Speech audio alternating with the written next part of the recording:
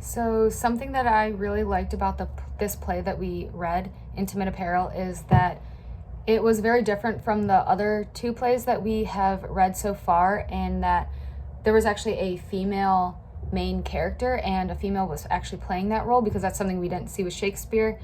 And so two values that I saw was, one being sort of this value of like the proper woman role, and that women should be married, and not only should they be married, but they're marrying for money rather than love.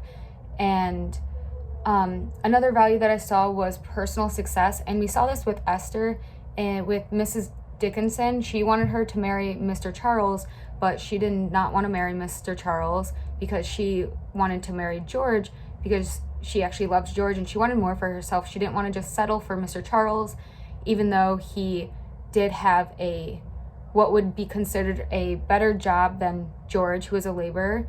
And she also had this dream of opening a beauty parlor. So we clearly saw that she had personal goals that she wanted to fulfill herself, and not only rely on a man for that.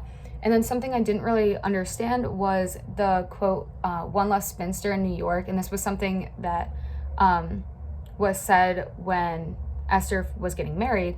And I didn't really know what that meant, but then I looked it up, and it basically just is referring to a spinster as an unmarried woman who is older than the age people would expect women to be married at the time.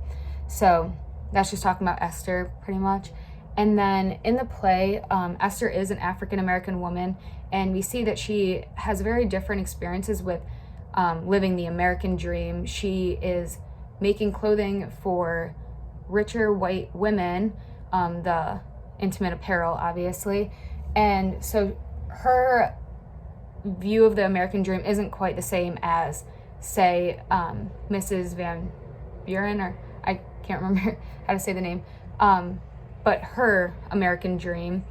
And so she's having to save every single penny she possibly can to be able to save up for this beauty parlor. And then we also see this sort of, that with African Americans, I guess, having a more difficult time and less opportunities.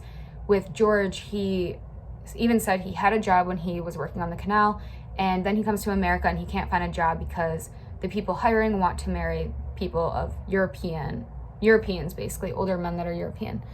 And so I definitely think these stereotypes that were sort of present in the play do continue and are present in society today. And I think that made me a part of this could be because of oral tradition, or if people are like making others think a certain way and seeing these stereotypes, then they're going to pass it on to people as well. And I think that theater can definitely play a part in helping this, because it can portray a message that's completely different than the typical stereotype towards African Americans, and help the audience to view these stereotypes obviously differently.